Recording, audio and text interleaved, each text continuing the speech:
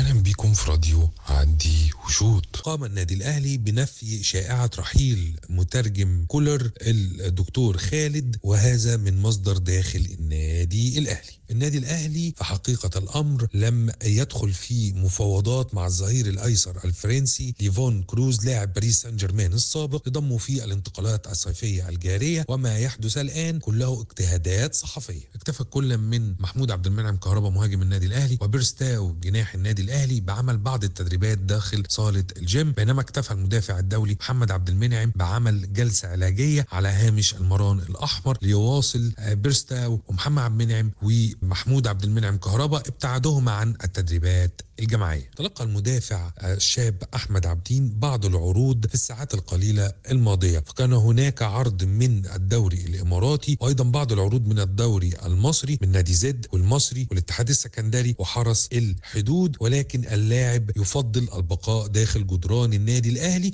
مع اقتراب رحيل محمد عبد المنعم إلى نيس الفرنسي. إصابة اللاعب محمود صابر بكورونا قبل لقاء المغرب طلعت إشاعة 100%، والراجل كان موجود في تدريبات المنتخب المصري الأخرانية، وبتمنى لكل اللعيبة سلامة وإن شاء الله يحققوا لنا البرونزية بكرة بنشجع مصر. يلتقي منتخب مصر الأولمبي لكرة القدم مع نظيره المغربي الساعة 6 مساء، وبيتنافسوا على الميدالية البرونزية في كرة القدم. بنتمنى التوفيق لمنتخبنا الوطني، وكلنا على قلب رجل واحد مع منتخب مصر. عبد الله فاروق لاعب كرة اليد يوقع للنادي الأهلي لمدة 4 مواسم. نادي العرب الكويتي بيعلن انضمام عبد الرحمن جبنة قادما من صفوف نادي المقاولون العرب. كان معكم محمد حاتم.